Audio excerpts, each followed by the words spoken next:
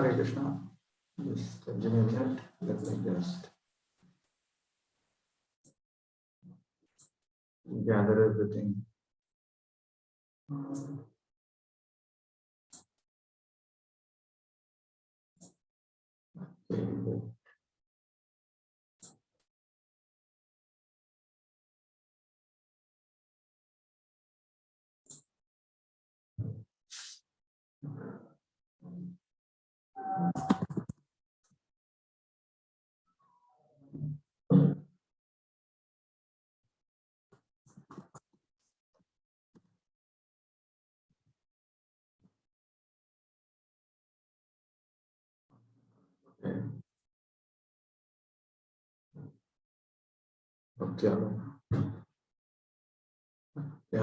This time I'll just take it straight from folio.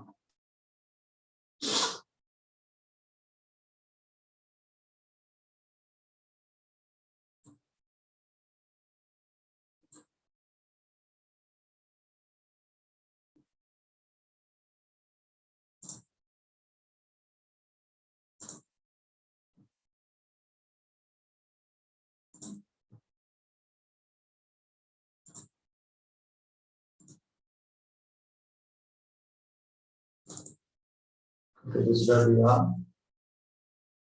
After this, I'm supposed to go to Bhaktisiddhanta Saraswati Thakur's explanation to second text of Upadeshamrita, which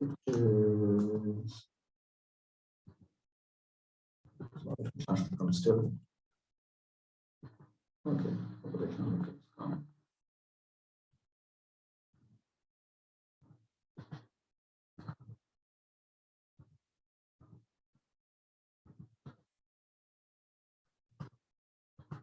Prakashika, Upadeshamrita Prakasha, Piyushavachini. I'll have to start from here.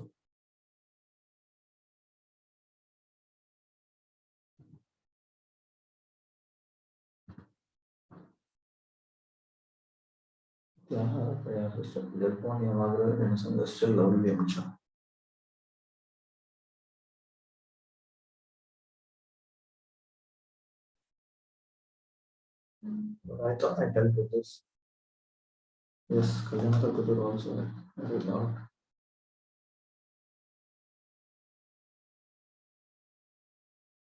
That means I've completed this portion. I just have to read Bhakti Aloka, then Prabhupada's purport, and then move on. Okay, fine.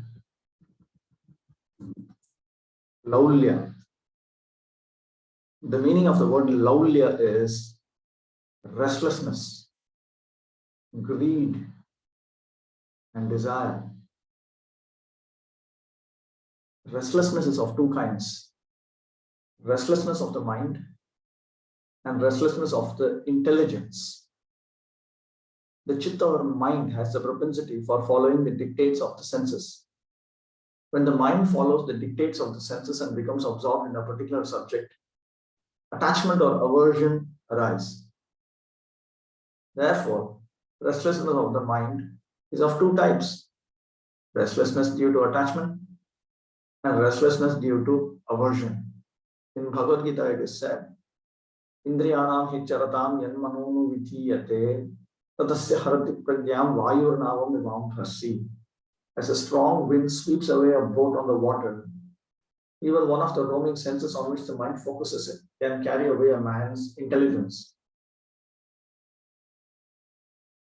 Again, in the Bhagavad Gita, it is said, Indriyasya indriyasyathe ragadvesho vyavasthitau tayodnavashamagachet tauhyasya paripanthinau. There are principles to regulate attachment and aversion pertaining to the senses and their objects. One should not come under the control of such attachment and aversion because they are stumbling blocks on the path of self-realization. In order to regulate laulya in the form of restlessness of the mind, one has to take shelter of the goddess Bhakti Devi. The instruction of Bhakti Devi is this: when the cause of the mind's restlessness is sense gratification, and this restlessness is the main obstacle in the practice of devotional service, then all sensual activities should be dovetailed in the service of the Lord. And the attachment to sense gratification should be transformed into attachment for the Lord. When the mind becomes fixed in devotional service by taking shelter of that attachment, the eyes, the ears, then the mind becomes fixed in devotional service by taking shelter of that attachment. The eyes, the ears, the nose, the tongue, and the sense of touch are called knowledge acquiring senses, the anendriyas. The hands, the legs, the anus, and so on are the working senses, karmendriyas. When the objects of all these senses are associated within the devotional mood, then the mind becomes fixed on the Lord. Taste, form, smell, touch, and sound, these are the objects of the senses. One has to arouse a mood of devotion in all these objects and enjoy them. Then devotion service is cultivated. Among the objects of the senses, aversion should be applied on any that are unfavorable for devotional service, and attachment should be applied on any that are favorable for devotional service. But until the restlessness of the intelligence is vanquished, how will the restlessness of the mind be checked? When the restlessness of the intelligence is vanquished, the mind can regulate attachment and aversion for sense objects by the strength of the intelligence. So there are two types of restlessness. One is restlessness caused by the mind, and the other is restlessness caused by intelligence. Restlessness by the mind, mental restlessness, and intellectual restlessness. Mental restlessness itself can be caused due to various attachments or can be caused due to various aversions. Both are problematic.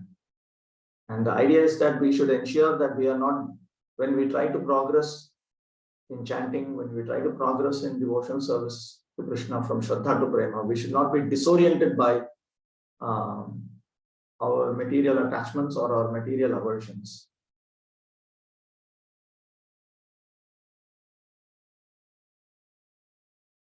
This greed, and even lovely also means greed for mundane achievements. That is another problem.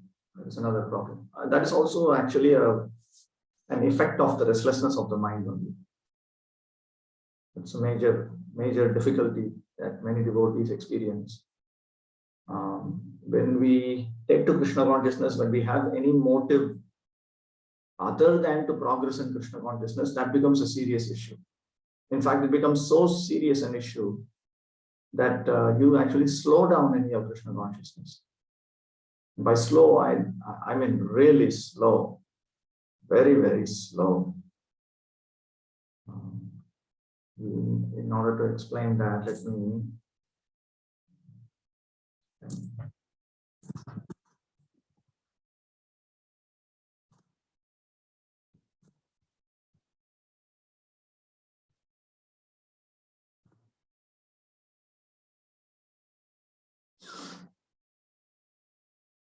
sorry.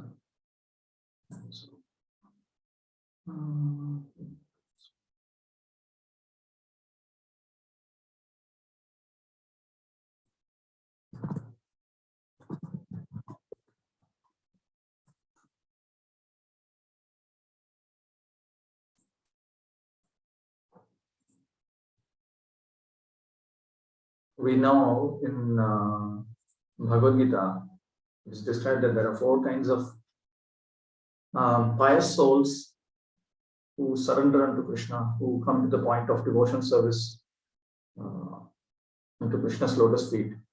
Artho jigyasara arthati jnani cha vartashabha.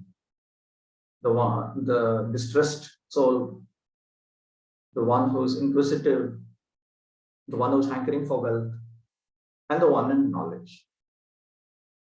Sri Baladevi Devabhushana explains that this person who is in knowledge is actually in possession of knowledge of devotion service unto the Supreme Lord. Sheshatvena swatmanam sheshatvena paratmanam cha mam gyatavan. The person who understands that I am a servant of the Lord and the Supreme Lord is my master. This kind of knowledge he has. So this is with reference to great personalities like Shukadeva Goswami. Yeshu Artadaya Sakamaha Jnani tu Nishkamaha. Artho Jigyasa Arthati, these three, they are materialistic, they have several material desires. But the one in knowledge, he does not have any material desire. But then, how long does it take for a person to move from Artha Jigyasara Arthati platform? What is their status? Nanu Arthadinam Ante Kanishtha. What is the ultimate status of these persons? Bahunam Janmanam Ante Jnanavan Mam Prapadyate Vasudeva Sarvamiti Samahatma Sundarlam. The first three category of souls, after many lifetimes, at the end they become souls with knowledge. And then they surrender unto the Supreme Lord. That person is a very great soul who has understood that Lord Vasudeva is everything and he is very rare. So the Jnani category, from the first three types who are all materialistic, to the position of pure devotional service, in which you have no desire, you are aware that you are an eternal servant of Krishna, eternal dependent servant of Krishna. And Krishna is our independent master. So, how much time it takes if I have all kinds of material desires and motives and so on, it slows down my spiritual progress. How slow? Bahunam Janmanam Ante. It takes so many lifetimes. Prabhupada speaks about 300 lifetimes. Long, we are talking about many lifetimes. So the moment a person, externally he or she may be engaged in devotion service very seriously. What is what inside, what do you want? What do you want? Why? What do you want? You want money? You want prestige? You want to be respected by non-devotees? You want to be respected by devotees? You want a status? What do you want? You want Dhanam, Janam, Sundarim, whether it is Dhanam, Janam, Sundarim, Kavitam, with an overcoating of Krishna consciousness or without an overcoating of Krishna consciousness. To want all these things means immediately it takes many lifetimes. So, volume is a very deadly problem. For those who want to attain the perfection of Krishna consciousness in one lifetime, it's a major problem. For others, anything goes. Regarding intellectual restlessness, the intelligence is that which discriminates between the mind's good and bad propensities. That intelligence is of two types: resolute and many branched. Vyavasayatmika and Bahushakha. There is one type of resolute intelligence, and there are unlimited types of many branched intelligence. As stated in Bhagavad Gita, Vyavasayatmika buddhya gurunandanam Bahushakha kyanantascha buddhayo vyavasayena. Those who are on this path are resolute in purpose, and their aim is one, a beloved child of the Gurus. The intelligence of those who are irresolute is many branched. Disturbances such as lust, desire to attain the heavenly planets, increasing activities that produce enjoyment and opulence, and rejection of the spiritual world, all arise from the many branched intelligence of irresolute persons. Therefore, in the Bhagavad Gita, it is stated, Bhogeshwarya prasaktanam dayapahrata chetasam vyavasayatmika buddhi samadhu na vidhiyate. In the minds of those who are too attached to sense enjoyment and material opulence and are bewildered by such things, resolute determination for devotion service to the Supreme Lord does not take place. So this is the answer often serious devotees ask. Hundreds of times I've told this devotee some of the simple principles of pure devotion service to Krishna, and the person is still not getting it. For so many years also. Why? What is this problem? This is the problem. You want something else. If you want something else, Maya Devi will not allow you to understand the process. Those whose intelligence is fixed in samadhi are transcendently situated and have steady minds. Their symptoms are given in Bhagavad Gita as follows. Ki Bhagavan Vacha. Vajahati yada kaman sarvan partha manogatam. Atmanyevatmana tushtasthita pragyastadochyate. Dukhe shanudvignavana sukhe shuvigata spriha. Vitaraga bhaya purodas titadhir munirchate. The Supreme Personality of Godhead said, O Partha, when a man gives up all varieties of desire for sense gratification, which arise from mental consumption, and when his mind is purified, finds satisfaction in the self alone, then he is said to be in pure transcendental consciousness. One is not disturbed in mind, even amidst the threefold miseries, or elated, ecstatic, when there is happiness, and who is free from attachment, fear, and anger, is called a sage of steady mind. These two verses from the Gita clarify the process of tolerating the urges of speech, mind, and anger as recommended in the first verse of Sri Upadeshamrita. Now it should be known that there are two types of intelligence. The propensity to discriminate between good and bad under the dictation of the mind is called mundane intelligence, materialistic intelligence. And the intelligence to discriminate between good and bad under the dictation of the soul is called spiritual intelligence.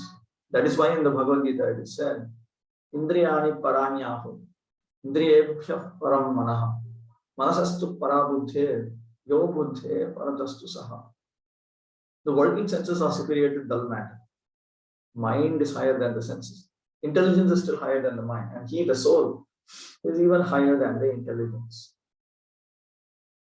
The intelligence also pervertedly accepts materialism only when under the control of the false ego, when under the control of the pure ego, in the form of identifying oneself as the servant of Krishna.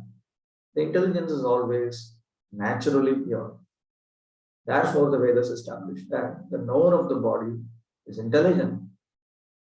That spirit soul is higher than the intelligence, because intelligence is only the soul's propensity. Vichara ragau chetana dharmau. In Tattva Sutra, Bhaktivinoda Thakur has remarked, the conscious living entity, pure living entity, has two features. One is to intellectually analyze, the other is to love, vichara and raga, chetana dharma. Both of these are part of the soul. They are soul's features. The soul is naturally intelligent. Therefore, the Uttama Vaishnava, the best Vaishnava, he has absolute faith in the scriptures, and he has a proper, logical, and evidence-based understanding of all aspects of Krishna consciousness. Logical, Shastra Yukti. The soul has intelligence. The soul is not an idiot, ultimately. Very intelligent.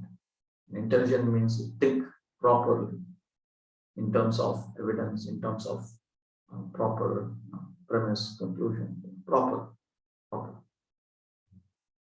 intellectually proper, not just sentimentally, not like that.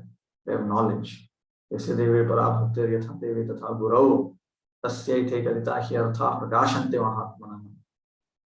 intellectual knowledge is revealed in the heart. When a living entity realizes himself as a pure spiritual particle, then a spiritual ego, in the form of identifying himself as a servant of Krishna, naturally arises. At that time, the intelligence in its pure form rejects materialism and accepts spiritualism. Prabhupada has pointed out the distinction between a spiritualist and a materialist. In very simple words, a spiritualist is one whose happiness is inside. A materialist is one whose happiness is outside. A materialist finds happiness in the external world. A spiritualist finds happiness, spiritual realization internally. Even in Bhakti Yoga, Premanjana Churita Bhakti Yogena, Premanjana Churita Bhakti. What is that? How does it go? Satta Sataiva Hridayeshu Vilokayanti. Saints whose eyes are smeared with love of God, they see the Supreme Lord within their heart. So they see within the heart. It is very, very important. It is antardrishti. It is internal, not external. So spiritualist means that he is interested in a spiritual experience, not interested in a material experience.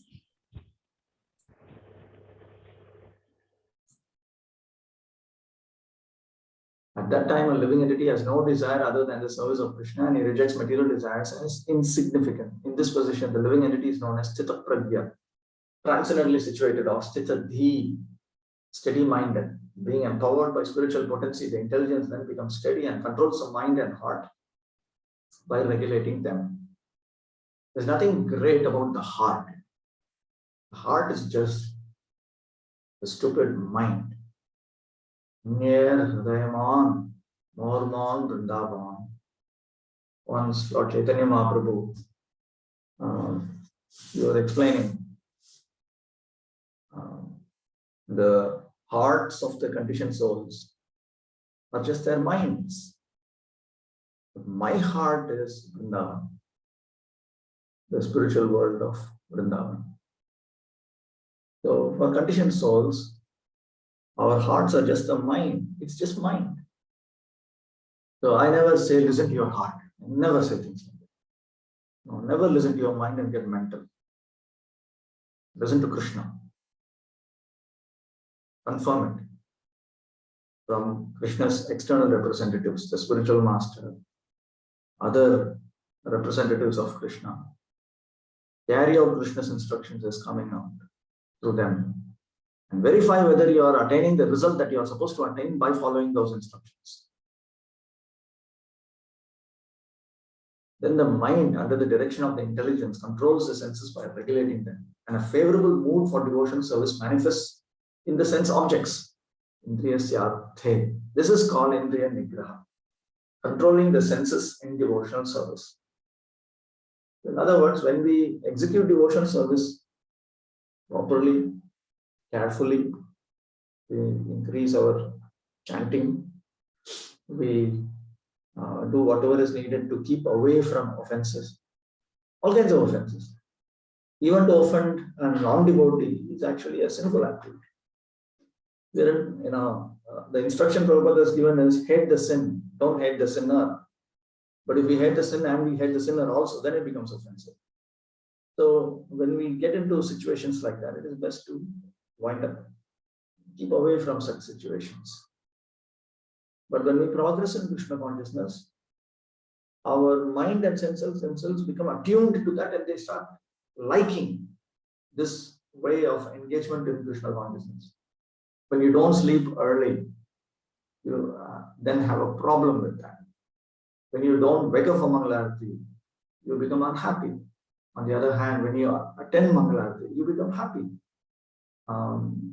Regardless of how otherwise the combination of material happiness, material unhappiness is on that particular day, you experience spiritual happiness. You can experience spiritual happiness in the middle of material unhappiness also. So then that is what is called bringing the senses under control, bringing the mind under control.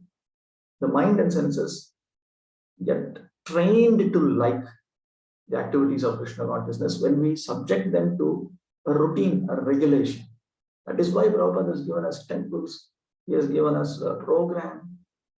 This is how we serve Krishna. When we do this, then the results of engagement in devotional service to Krishna can be explicitly seen. That is verification. Bhakti pareshana bhavo viraktiranyatracha. Pareshana bhava. It's the experience of God. Whatever arrangements are there for controlling the senses in the path of dry knowledge and renunciation do not properly control the senses. In Bhagavad Gita, it is said, Vishaya vinivartante niraharasya dehina. Rasavarjam rasopyasya param drishtva nivartate. embodied soul may be restricted from sense enjoyment, though the taste for sense objects remains. But seizing such engagements by experiencing a higher taste is fixed in consciousness. This is real sense control. One should spiritualize the senses and control them with the mind. And one should spiritualize the mind and control it with the intelligence. By this process, laulya in the form of restlessness of the intelligence and mind is vanquished. When the intelligence is restless, the mind cannot be fixed. The restless intelligence wanders, sometimes in karma, sometimes in yoga, sometimes in dry renunciation, and sometimes in dry knowledge. In other words, your intelligence itself begins to think, then why should I be engaged in the pathway of Bhakti Yoga, Krishna consciousness? Why can't I engage in other pathways shown in the Vedic scriptures? When one thinks that he should engage in adharma or sinful activities, that is definitely coming from the mind, not from the intelligence. It simply, and when the intelligence starts giving you ideas on how to engage in sinful activities and offenses, and those ideas are actually coming from the mind, because the intelligence has become subordinate to the mind, which is very dangerous, very, very dangerous. To fix the intelligence in bhakti by giving up restlessness, the Srimad Bhagavatam prescribes yat karma bhir yat tapasa jnana vairagya tascha yat yogena dana dharmena shreyo bhir itarairapi sarvam mad bhakti yogena mad bhakto labhaten jasa swargapavargamad dhama kathanchit yadi vanchati nakinchit sadhavo dhira bhakta hyekantino mama vanchantyappi maya dattam kaivalyam punarbhava. Everything that can be achieved by fruitive activities, penance, knowledge, detachment, mystic yoga, charity, religious duties, and all other means of perfecting life is easily achieved by my devotee through devotion, through loving service unto me. If somehow or other my devotee desires promotion to heaven, liberation, or residence in my abode, he easily achieves such benedictions because my devotees possess saintly behavior and deep intelligence. They completely dedicate themselves to me and do not desire anything besides me. Indeed, even if I offer them liberation from birth and death, they do not accept. Considering all this, the practicing devotee should give up laulya in the form of restlessness and attain fixed intelligence in devotional service.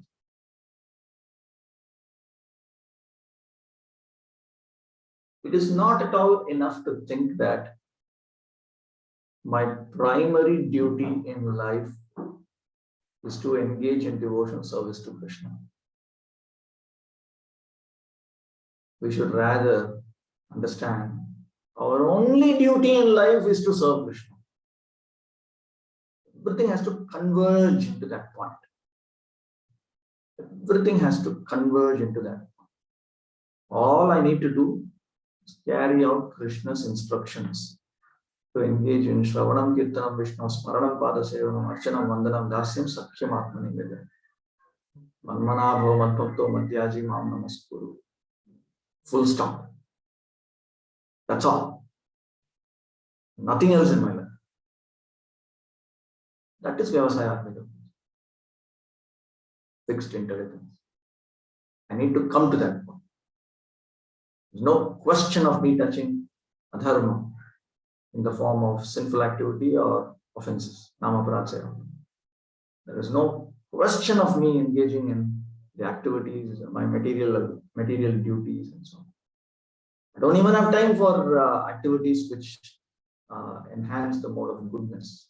Simply want to engage in activities which please Krishna. You want to study pure devotional service. Engage in pure devotional service. Propagate pure devotional service into Krishna's service. Nothing apart from this. When our intelligence understands that, when we come to that intellectual understanding, that itself is a major achievement. Because then the next step is to simply figure out how to practically come to that point. It may take years to come to that point. That's all right. But at least the intelligence is convinced and it's fixed. This is my life. I want nothing other than the bullseye. This is what I want. It's not that this is the most important thing in my life. No. The only thing in mind. It's the only thing I want. Everything else, I'm simply trying to figure out how to get out of up to this point. Another meaning of the word Lavliya is greed. If greed is directed to other objects, then how can it be applied in relation with Krishna? Greed should be carefully engaged in the service of Krishna. Greed for material enjoyment should be conquered by the above mentioned method. That is why it is said that persons who are overcome by lust and greed cannot become as pure through the process of yoga, beginning with yama, as they can by serving Krishna.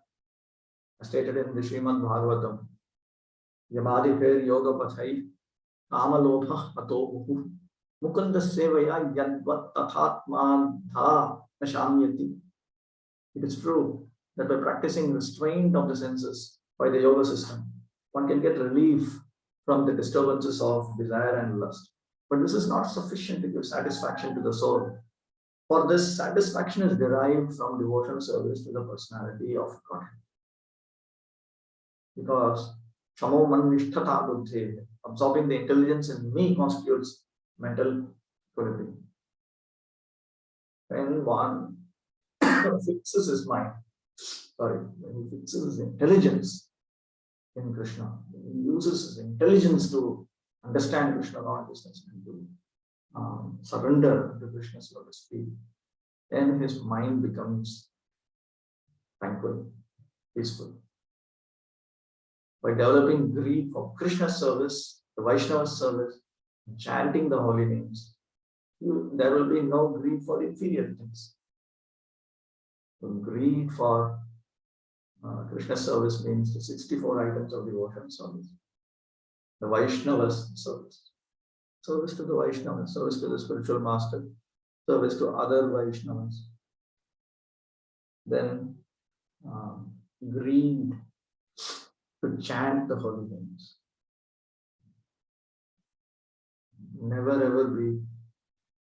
We should never ever be satisfied, satiated rather, with the idea that our quality and quantity of chanting is good enough. It is never good enough. We need to increase our chanting. We haven't sufficiently chanted. In fact, that is a good sign. When Prabhupada was asked about quality chanting, then Prabhupada, he explained that when after chanting 16 rounds, you think, why should I chant only 16 rounds per day? I should actually chant 16,000 rounds per day. Then it is good chanting. Greed. Not just desire, greed. There's a difference between greed and desire. Desire means I want it. Greed means I want it to an unlimited degree. So we are meant to be greedy to engage in the 64 items of devotional service. Bhaktisiddhanta Saraswati Thakur has often stated that our only duty is to engage in these 64 items of devotional service. This is exactly what Krishna wants when he says, Sarvadharman Parityajam Mamekam Sharanam Vrata. Give up everything else, do this 64 items of devotional service. It will absorb our bodies, minds, mind, words. Everything will be utilized in Krishna's service. Prabhupada has given us a particular way of doing it. One becomes greedy by seeing the Vrajavasi's service to Krishna. One who becomes greedy by seeing the Vrajavasi's service to Krishna is very fortunate. He's talking of residents of Goloka Vrindavan. By the mercy of that greed, he attains the qualification for Raga Bhakti.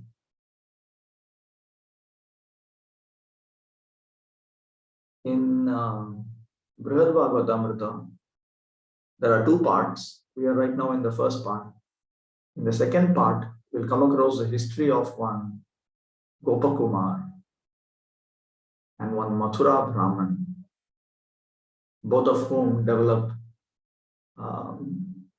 they're given a mantra and they develop a spiritual greed to attain service to Krishna in the spiritual world.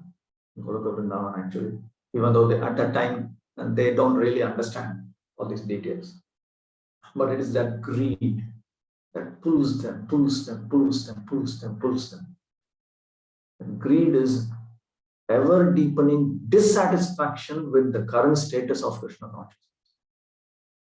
It is not just a desire to attain Krishna consciousness.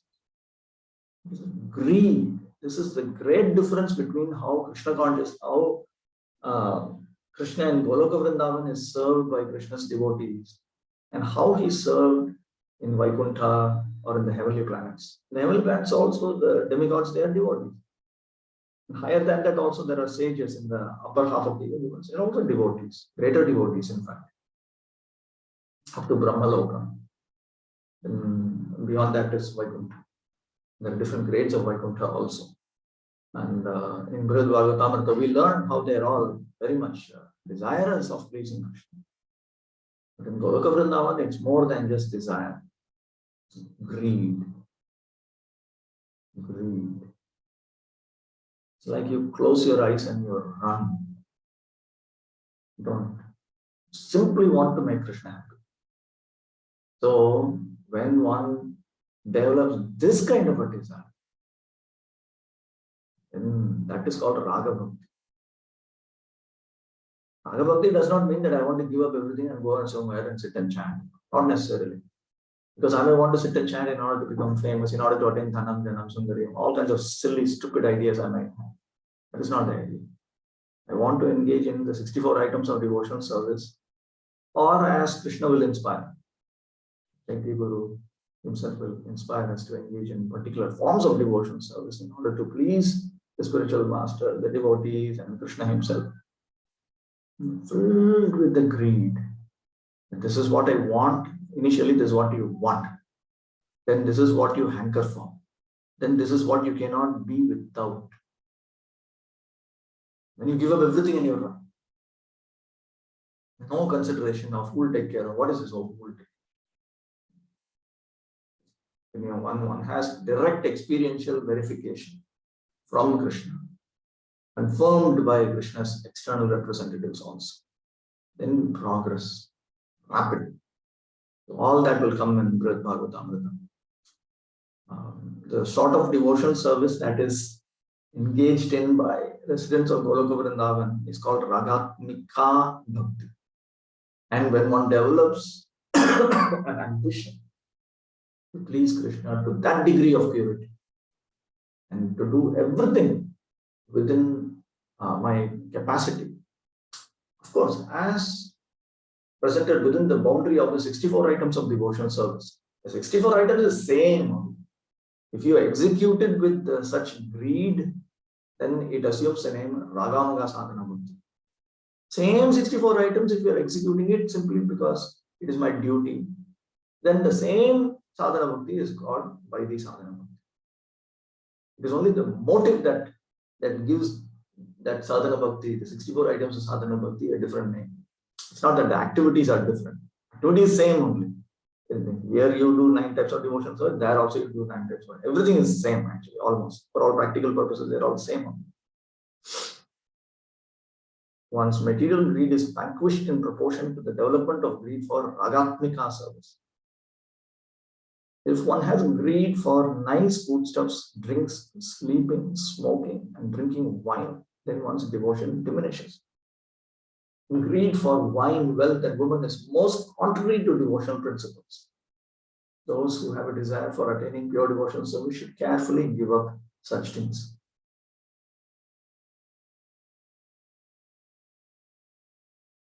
In fact, wealth, women, and so on, even if they can be utilized in Krishna's service, it is still highly troublesome. That is why, as one progresses in Krishna consciousness, at a certain point, you simply give up in order to serve Krishna fully.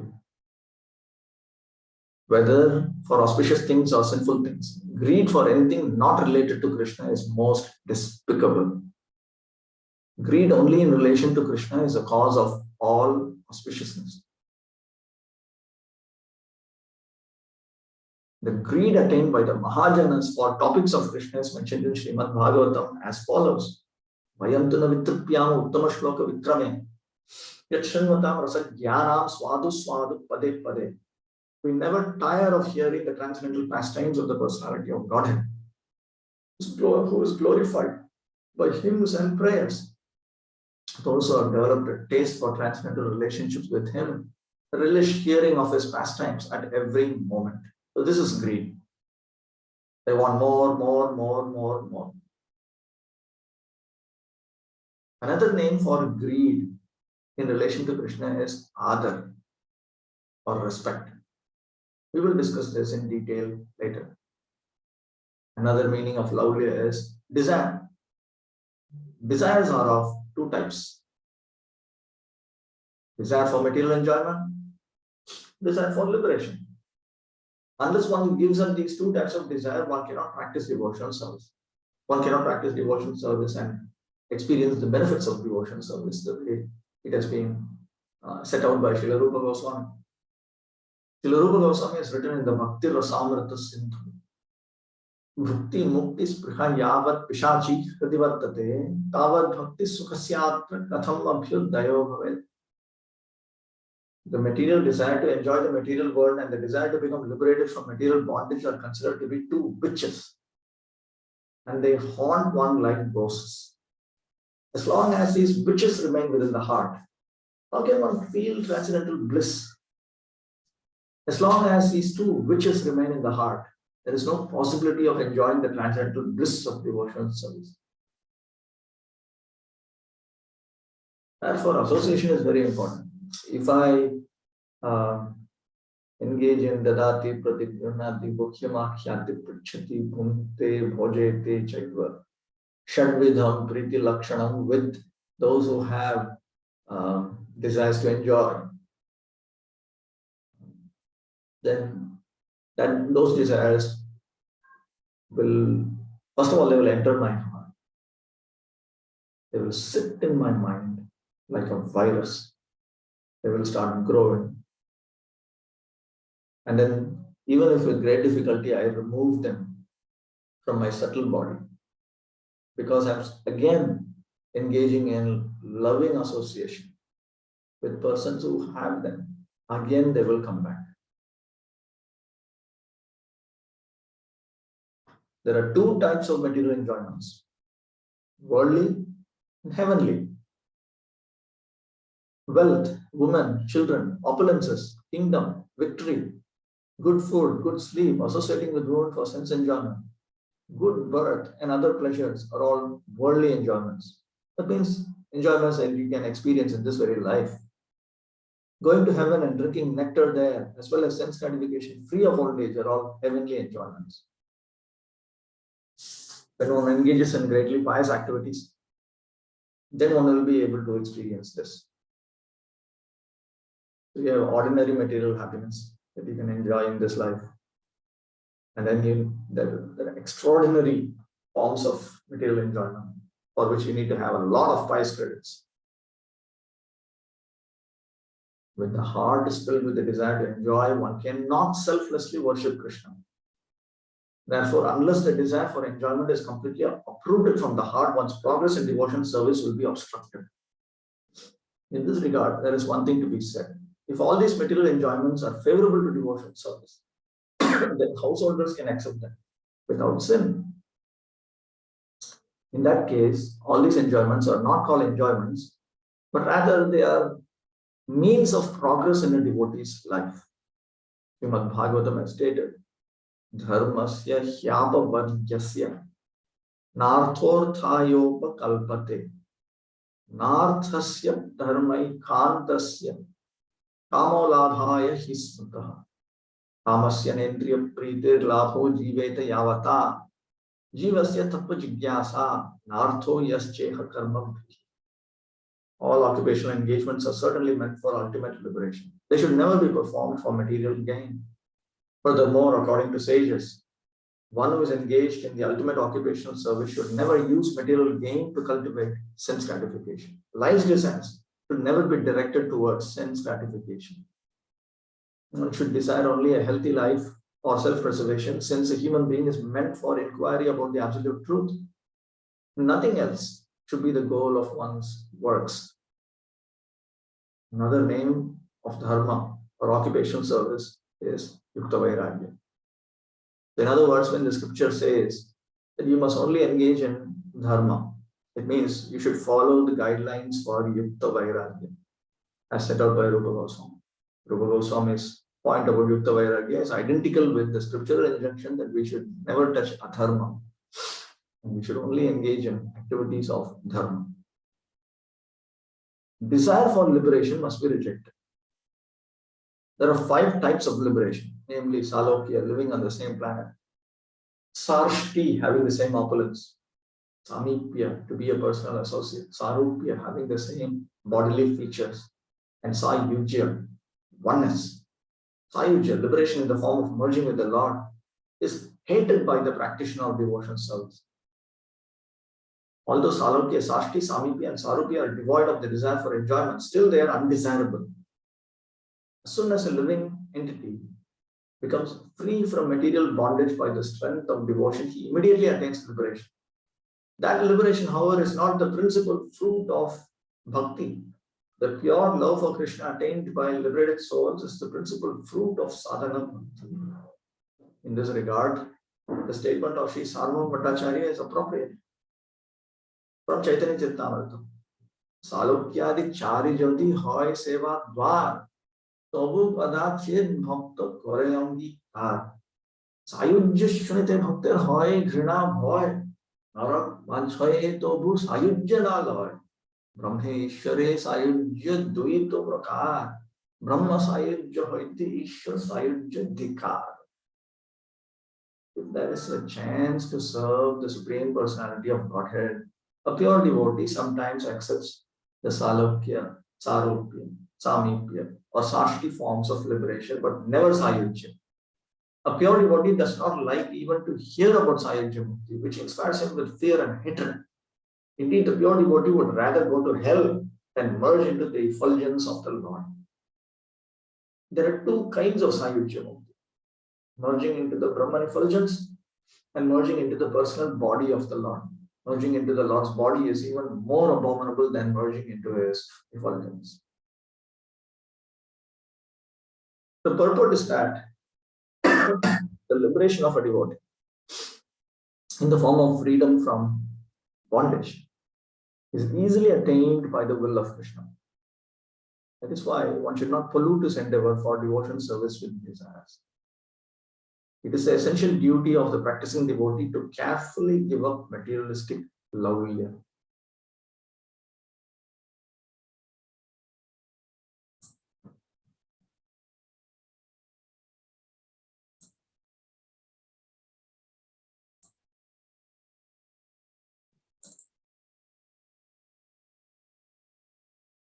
Okay, I'm going to now move into this. Being greedy for mundane achievements. That's what he completed. Human life is meant for plain living and high thinking.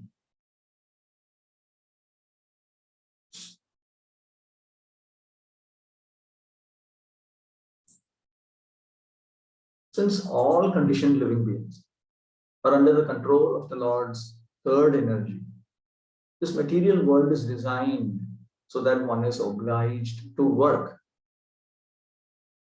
You need to engage in some activity with which you are able to survive. You do not automatically survive.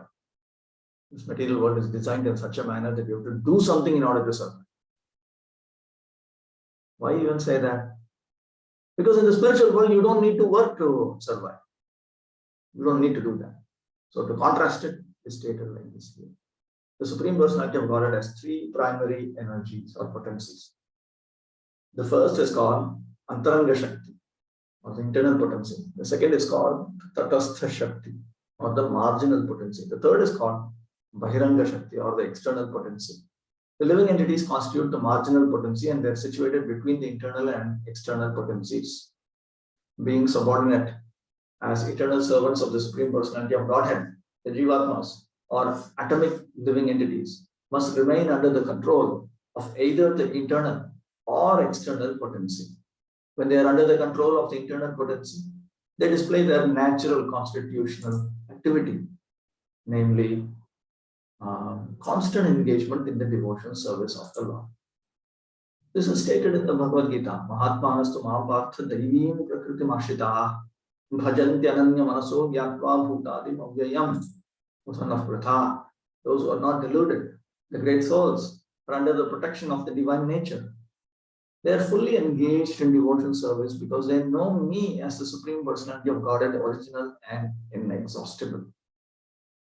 So when we come under the shelter of the internal potency, then we fully engage in devotional service unto Krishna.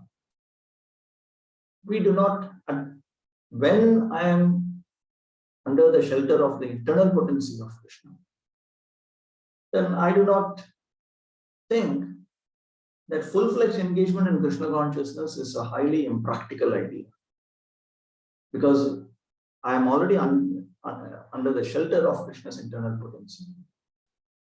So I am not separated from Krishna. So I have direct experience that Krishna is taking care of me. The word Mahatma refers to those who are broad-minded, not cripple-minded. Cripple-minded persons always engaged in satisfying their senses, sometimes expand their activities in order to do good for others through some ism like nationalism, humanitarianism, or altruism. They may reject personal sense gratification for the sense gratification of others, like the members of their family, community, or society, either national or international. Actually, all these activities are extended sense gratification from personal to communal to social. These activities may all be very good from a material point of view, but they have no spiritual value. The basis of such activities is sense gratification, either personal or external. Only when a person gratifies the senses of the Supreme Lord can he be called a Mahatma or a broad-minded person. In the above quoted verse from Bhagavad Gita, the words Daivim Prakritim refer to the control of the internal potency or pleasure potency of the Supreme Personality of Godhead. This pleasure potency is manifested as Srimati Radharani or her expansion Lakshmi, the goddess of fortune. When the individual Jiva souls are under the control of the internal energy, their only engagement is the satisfaction of Krishna or Vishnu. This is the position of a Mahatma. Arjuna also, towards the end of Bhagavad Gita, he says, Nashto Moha, my delusion is destroyed. Smritir Labdha, my original memory has come back. Nashto Moha Smritir Labdha, Tvaprasadan Maya Achyutam. This has happened by your mercy, O Lord Achyutam. Sthitosmi, now I'm fixed. Gata Sandeha, I don't have any doubt. Parishye Vachanam Tava, I will do what you say. This I will do what you say. This is a symptom that we are come under the control of Krishna's internal potency. When we are under the external potency, we constantly find some reason or another to not do exactly what Krishna wants. When we are fully surrendered unto Krishna, we want to do exactly what Krishna wants. Exactly means exactly that. When he says, okay, give up everything, we give up everything. Not that we give up a little bit and then we say, Krishna, and I have given up everything. It's not like that. Give up. When Krishna says give up everything, whatever he means by everything, that's the everything that I want also to give up. If one is not a Mahatma, he is a Duratma or a cripple-minded person.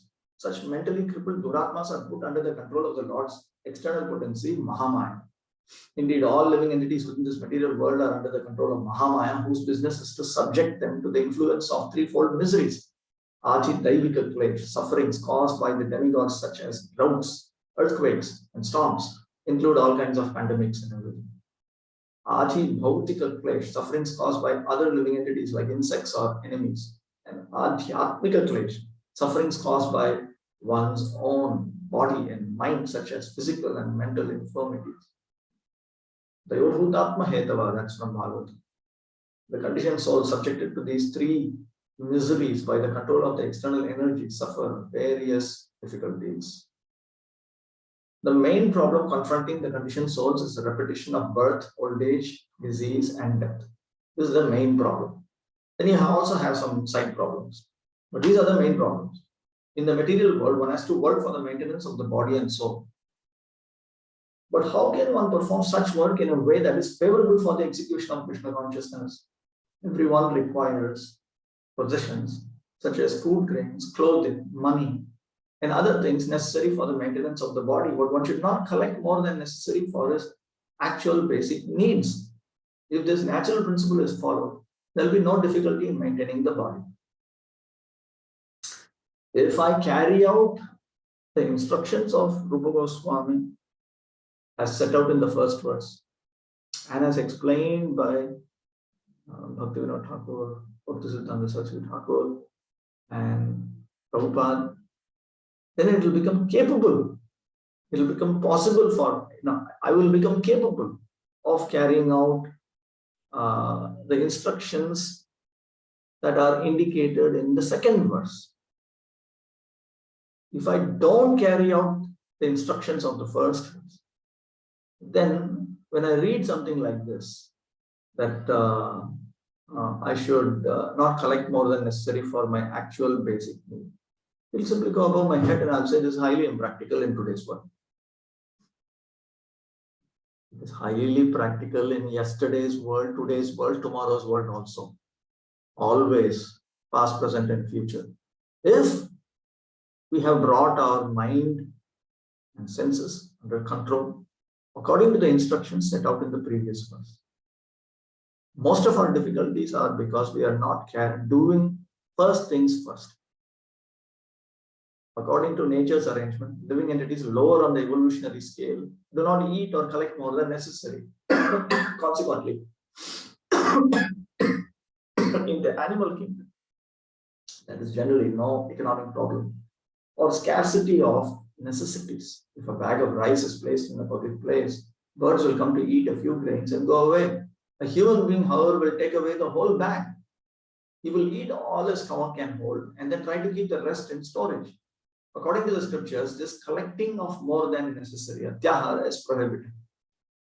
Now the entire world is suffering because of it. Collecting and eating more than necessary also causes prayasa, or unnecessary endeavor. By God's arrangement, anyone in any part of the world can live very peacefully if he has some land and a milk cow. There is no need for man to move from one place to another to earn a livelihood, for one can produce food grains locally and get milk from cows. That can solve all economic problems. Fortunately, man has been given higher intelligence for the cultivation of Krishna consciousness, or the understanding of God, one's relationship with Him, and the ultimate goal of life, love of God. Unfortunately, the so-called civilized man, not caring for God realization, utilizes his intelligence for getting more than necessary and simply eat to satisfy the tongue. Basic idea is we need to simplify our life. The more we keep it complicated, the more our minds and bodies will get distracted, and then we will lose our time. Instead of increasing our time to engage in direct devotion service unto Krishna, we will spend most of our time dealing with this infrastructure. But when we carry out the first set of instructions, Upadeshamrita text 1, properly, then Krishna will show us what we need to do in order to become capable of carrying out the second set of instructions. Krishna will enter into our life and He will make us understand that. By God's arrangement, there is sufficient scope for the production of milk and grains for human beings all over the world, but instead of using His higher intelligence to cultivate God consciousness, so-called intelligent men misuse their intelligence to produce many unnecessary and unwanted things. Thus, factories, slaughterhouses, brothels, and liquor shops are open. If people are advised not to collect too many goods, eat too much, or work unnecessarily to possess artificial amenities, they think they are being advised to return to a primitive way of life. Generally, people do not like to accept plain living and high thinking. That is their unfortunate position. So this is plain living and high thinking, or a life in Sattva Guna with an appropriate external arrangement for that. It's very, very helpful. It's very difficult to make spiritual progress tangibly, predictably, and steadily unless we reorganize our external environment. There are very few souls who can practice Krishna consciousness in the midst of an asuric environment and still practice, and maintain one's intensity of Krishna consciousness. Haridas Thakur, even when he was young, he could, in the presence of a young woman, he could chant Hare Krishna purely. But we cannot attempt things like that. So like that, in today's world, to try to progress in Krishna consciousness with the highly artificial environment into which we have been trapped, practically speaking. Very difficult. Therefore, we need to start from our respective situations. We need to take advantage of a simple life by keeping ourselves with things that we require. When we don't require it, dispose of it. If you don't dispose of it, all those items will tell you, you need me. And in that way, we are stuck. The more and more and more we become entangled with feelings of possessiveness towards things which we don't actually require, it becomes more and more problematic. Therefore, we should increase our chanting and we should listen to Rupa Goswami's instructions step by step. Okay, let me now quickly make a note of where I need to resume.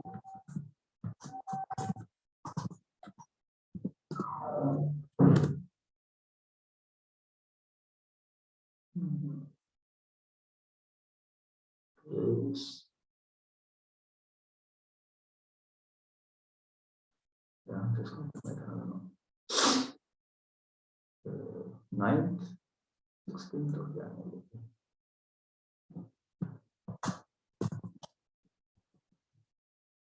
And I have to start with NOI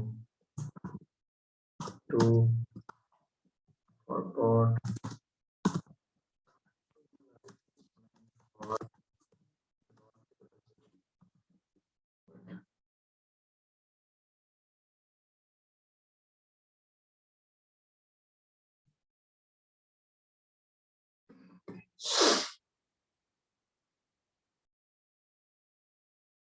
In second set of 64 Angas of devotion service, it's mentioned that we should not study many scriptures at a time. And Srila Bhaktivinoda Thakur explains in Sri Chaitanya Shikshamrita this point. It's not clear to me, as we are also studying many books and different courses, along with studying Bhagavad Gita and Srimad Bhagavatam. How to understand it? Bahugranth Kalabhyasam.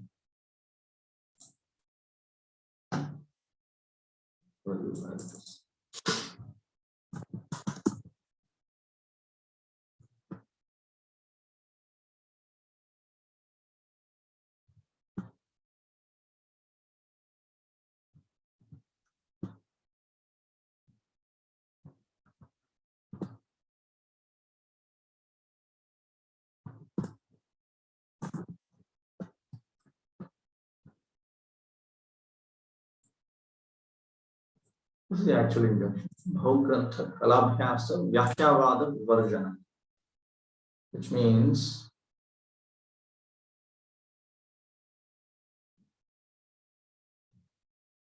one should not engage in study of portions of many books. Avoiding the study of portions of many books.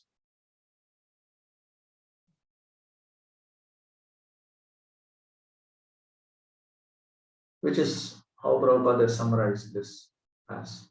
One should not try to read too many books. what it actually means is when you're reading, you read thoroughly, properly, fully. But if you simply try to read books in order to make a show and so on, then it becomes a problem.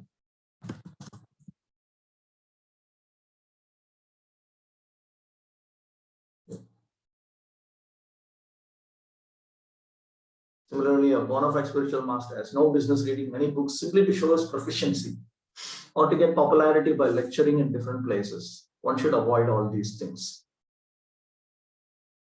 This is the meaning of not studying too much. It does not mean that one should not study the books of pure devotion service. We will come across this. Bhaktivinoda Thakur in Bhakti Aloka, he will describe the first 20 items of sadhana bhakti very lucidly. We'll come across that. We'll see how he explains. Can one develop this greed while still in anartha nivritti stage of devotion service? How is this greed different from ruchi stage?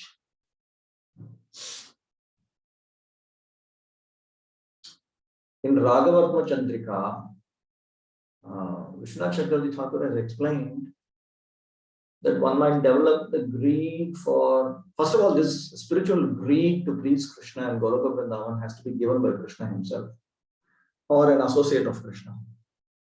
You cannot just suddenly you cannot simply say, well, the books are glorifying this, so I must do something by which I get it. You must cultivate it. There's no mechanism to get it. Krishna has to give it, or Krishna's associates and Goloka Vrindavan have to give it. That's all. That's the only way. There's no other way. Now, Vishwanath Chakravarti Thakur points out that one might have received such a greed in his past life. And in that case, in this life, that spiritual greed is what pulls one to Krishna consciousness. Then he continues. That's one way. Another way is, in this life, he is taken to Krishna consciousness out of knowledge, understanding, duty, and all this. And he comes across this greed in this life. This life Krishna gives him, either himself or through a perfect pure devotee. So there are only two ways by which one can get it. And when that greed comes, and greed itself will push you. Now, of course, Vishwanath Chakravarti Thakur also says, the more one develops that greed, the less one's anarthas. My lust, anger, and greed will reduce. You cannot have both going on. One goes up, the other will go down. When the other goes up, the other will go down. One of the two. You cannot have both. So when that happens, then one becomes more and more pure. We'll see a practical example of the development of Raga Bhakti will be seen in Brihad Bhagavatam. There is no magic mumbo jumbo there. It's just straightforward, you'll see. How is this greed different from Ruchi stage? There's a confusion here. Santha, Sadhu Sangha, Bhajana Kriya, Artha Nivritti, Nishtha, Ruchi, Asakti, Bhava, Prema. These are standard stages. And these stages can take you all the way to Vaikuntha, or they can take you to Goloka Vrindavan also. In which case, if it is actuated by greed, then right from Shraddha, if one's greed has come from past life, let us say, spiritual greed, then from Shraddha itself, unbreakable faith in Krishna consciousness, from that point itself, it is already Raga Bhakti. It is already Raga Bhakti. It can come in at any point in time. It is not to be confused with the particular stage, because I can go to Vaikuntha also. And this expression, spiritual greed, is reserved for the type of greed that is found in Goloka Vrindavan. So when I have a desire to attain Vaikuntha and all, it is not this kind of greed. It is just a regular type of devotional service. It's called pure Vaidhi Sadhana Bhakti. The pure pathway to Vaikuntha. It's pure. It's not impure. It's pure. But it's pure Vaidhi Sadhana Bhakti. It is pure Raganuga Sadhana Bhakti. Both are Sadhana Bhakti, same Sadhana Bhakti.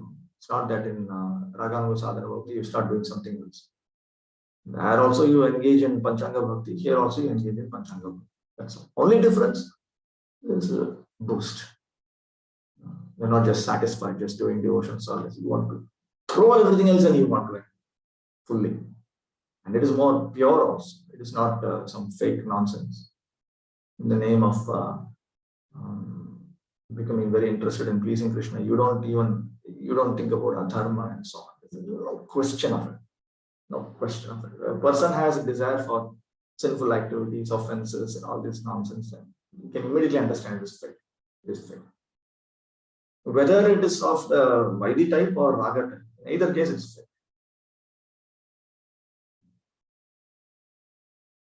How to identify that a person has greed? That's so easy. How do you know if somebody is greedy for a woman? Krishna Chakravarti gives us an example. A man is greedy for a woman. What does it mean? How do you know a person has a desire for a woman or a person is greedy for a woman? Never dissatisfied. Wants more. So when you are dissatisfied, you want more. You want to chant Hare Krishna more. You want to study Bhagavatam more. You want to serve the Vaishnavas more. You want to serve the holy town more. You want to serve the deity more. Those ideas will just keep coming. Coming. That is spiritual greed. Does it necessarily mean one should be completely free from lust to have the greed? No, the greed may come before, but if the greed is genuine, it will throw away your lust in no time. If my lust is not gone, then the greed that I so-called imagine I possess is just not a greed. It's just I'm just imagining. It's imagining. In Gaudiya Vaishnavism, we don't want to attain the highest. In Gaudiya Vaishnavism, the goal is to become oneself. In Sri Vaishnavism, Ramanuja line and all, they want to attain the highest abode of the Lord, Vaikuntha. Gaudiya Vaishnavism, no. Swarupam Bibhrano Vimala Rasa Bhogam Sakurute. You want to attain your own Swarupa, whatever that Swarupa may be, that's all. You're not thinking of the highest and all that. You're not thinking of, we'll see in Brihad Bhagavatam that Gopakumar, he realizes he's in Sakhya Rasa. He does not become dejected and depressed. Oh my God, I'm just a third. I'm not a Manjari. No, these are some mental nonsense. What I am, I want to become that. Srivas Thakur in Lord Chaitanya's pastimes. Pure devotee of Lakshmi Narayan. There's no desire to become a gopi, this, that. He just wants to become himself. That's all. Murari Gupta. He is Hanuman's incarnation. He wants to serve Lord Ram in Dasya Rasa only. Full stop. That's it. Even if, yes, okay, Krishna's pure, perfect devotees are much greater. I'm not interested in that. I want to become myself. That's all. So it is reality. It's based on reality. Based on reality. How do we develop the greed for devotion to Krishna? There's no mechanical process for this. Let us do what we are supposed to do. And then when Krishna is satisfied, we will decide what will be done. Like the thief who wanted to see Krishna in Vrindavan, he could see Krishna only because by that intense wanting. There is something called Kripekshanam. To always wait for Krishna's mercy. It's one of the items of sadhana bhakti actually. In the 64 items of sadhana bhakti, one of that is there. But even that is not the same as this spiritual greed that is unique in Goloka Vrindavan. Even to attain Vaikuntha, you need to have an intense eagerness. We need to have intense eagerness, but the spiritual greed is beyond that also. So it's better, let's just not. When it comes, it comes. When it doesn't come, it doesn't come. That's all. Simple thing. Like a 3-year-old boy asked me, I'm trying to find out what is the meaning of falling in love. What does that mean? You have it, you have it. You don't have it, you don't have it. That's all. So when Krishna attracts, because we can simply see as a phenomenon, we can see, when they develop a desire, just give up everything and go. Literally, just look at the life of Raghunath Das Goswami. Bhaktisiddhanta Saraswati Thakur repeatedly brought this up. Study the life of Raghunath Das Goswami, you will understand. That is development of Raga Bhakti. Go. Go means you give up. Not that I want to increase my chanting and at the same time I want to increase devotion service. Everything I want to do and I want to have nice eating, sleeping, mating, different thing, nothing like that. Give up and you go. Vairagya, Vidya, Bhakti. This all three of such superlative degrees. Normally they don't do that. The normal method is what? I know when I die I will go to Vaikuntha. We know Tattena Kampam Susamikshamano Bhunjana Evatma Utam Vipad Hridva Vapurver Vidhadan Namaste Jivetayo Mukti Padesa Dayabha. Dayabha. Already you are going to be inheriting residence in the spiritual world. So what is the need for me to run here and there? This is regular devotion service. Vaidhi sadhana. Your Vaidhi sadhana. Because I'm getting it. I'm getting it, man. Then what's the problem? Like in the Sri Vaishnava explanation, which is proper, pure Vaidhi sadhana. A girl's wedding is already fixed with a particular nice boy. She's just waiting for the day when she'll get married. Before that, she's thinking, okay, at that time, my wedding will be like this, I'll be dressed like this, he'll be dressed like this, he will come like this, I will see him like this. All that is fine. He is coming now. That is your Vaidhi sadhana. Your Radhanuga sadhana bhakti is not like that. No, I want to, right now I want to go. That's it. There's no logic involved. Go, you suffer, you go through intense miseries, whatever. I want means I want. That's it. Vishwanath Chakravarti Thakur says there's no logic involved in that. Because by logic, if you calculate, Vishwanath Chakravarti Thakur says there's no how you can attain Krishna. What qualification you have? What purity do you have? What do you have? What is this? This is like a dwarf trying to catch the moon. Want to please Krishna? The way they are pleasing Krishna? You read in Brihad Bhagavatam to see what they are. It is beyond explanation. Only when you read it, you will understand what it is. I remember one Prabhupada disciple once explained to me.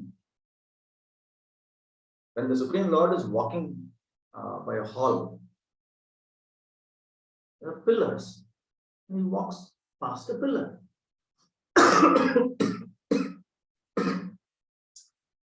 A place like Vaikuntha. You know, Supreme Lord is passing. He's coming the other side. They cannot tolerate not seeing him when he passes by the pillar. That degree they want to please him. Or for pleasing him, not to enjoy him, to please him, to make him happy. If Krishna desires that they not be in front of them, that also they will like. Whatever Krishna likes, they're obsessed with making Krishna happy. They don't just like to make Krishna happy. Obsessed. It's simply, if Lord Chaitanya Mahaprabhu did not come, we don't even know what all these things are. Prabhupada says it is loving devotion service with feelings of separation. So it is our duty to serve Krishna's lotus feet under the guidance of the devotees of the Lord who are coming in such a parampara, Rupa Goswami's parampara. That is how we understand. Prem goes in the room. 1 minute.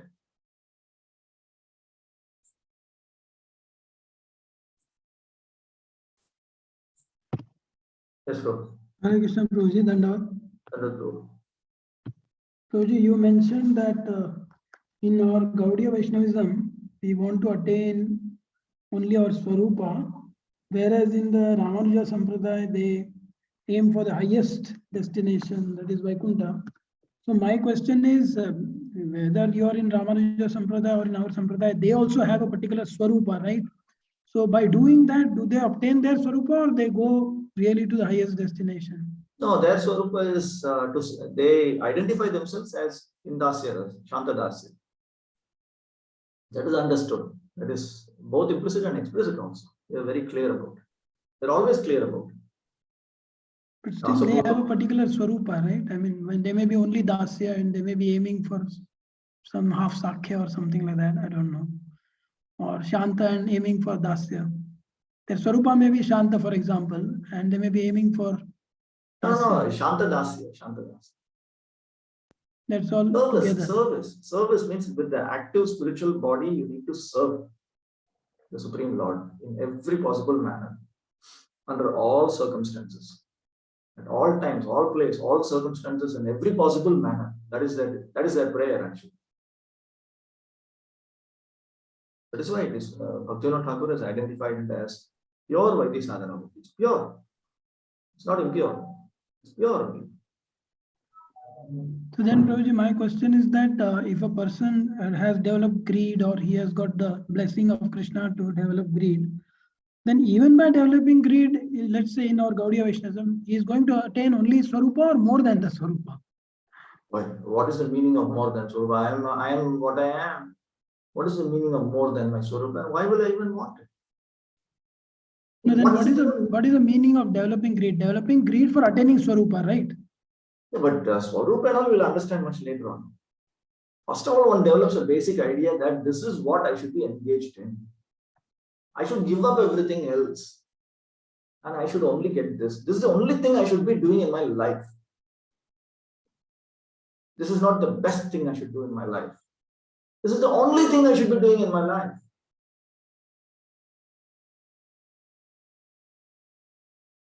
That is the nature of that greed.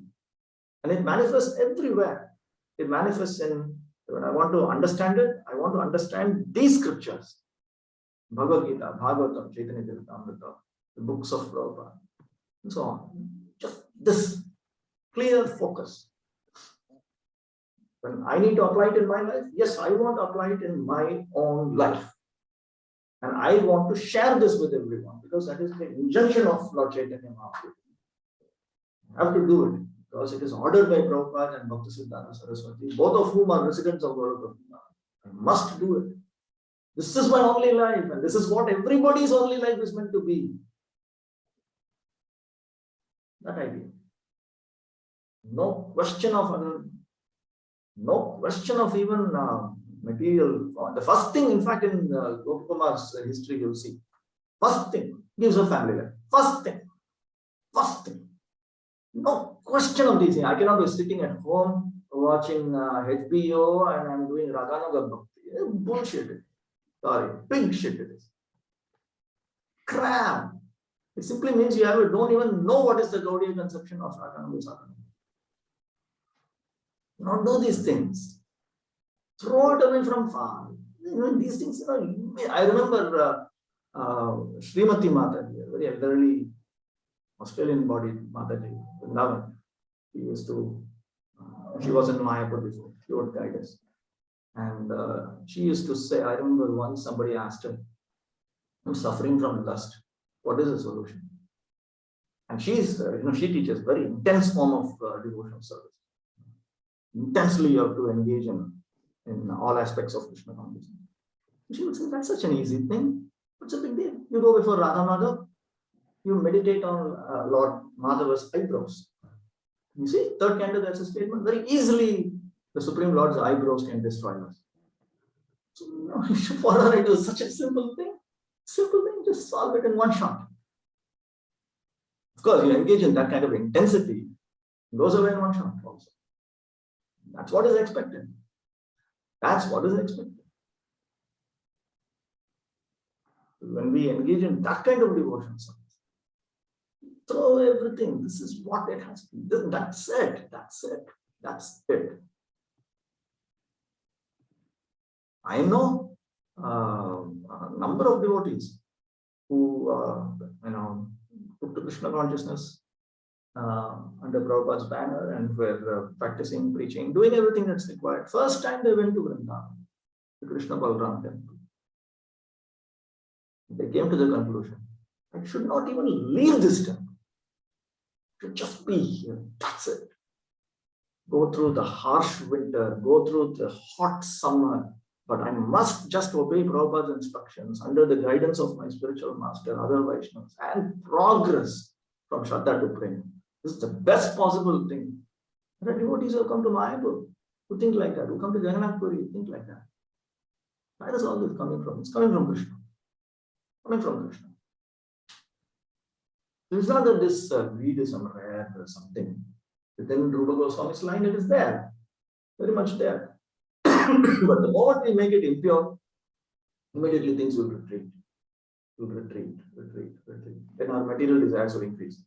Material desires increase, there's no question of spiritual greed to attain Krishna's lotus feet. The opposite. Then next life again, then next life again. It goes on so many lives. Vishwanath Chakravarti Thakur has said, even in the name of pursuing the spiritual greed, if you disobey the scriptural injunctions, there is absolutely no hope of ever making spiritual progress. He said, Vaishnavas in the past, Vaishnavas at present, and Vaishnavas in the future, who don't meticulously follow the scriptural rules and regulations under the pretext of following the spiritual greed, they have failed, they are failing, and they will continue to fail. This is how he ends his Raghav Bhajan. This is Trikala Satyam, eternal fact. Shruti Smriti Puranadi Pancharatra Vidhim Vina Aikantiki Hare Bhakti Utpata Eva Kalpate. Underscore this. And I remember that even Prabhupada says in one of the purports, you cannot even break the law, the government law, even if it is for your devotional service, even that you cannot do. Prabhupada was, he was asked, some reporter is asking in America, do you support some criminal activity? What is all this? Vaishnava. So Vaishnava is a moral person, naturally. We do things properly, we become moral, we develop good qualities. In fact, you yourself wonder from where these good qualities come. Because you know your own life history in this life. You know where it has come. They simply come by the mercy of Hari Guru Vaishnavas. That's all. We have no reason to be proud of any of the good things that happen to be associated with us right now. Everything is given to us. Why should I be proud of receiving some money from somebody else?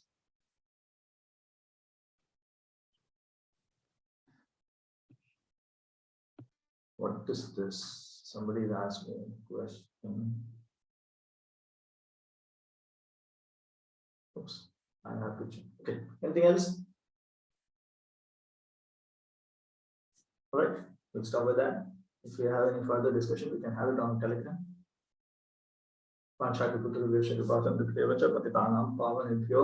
Vaishnavibhyo namo namaha.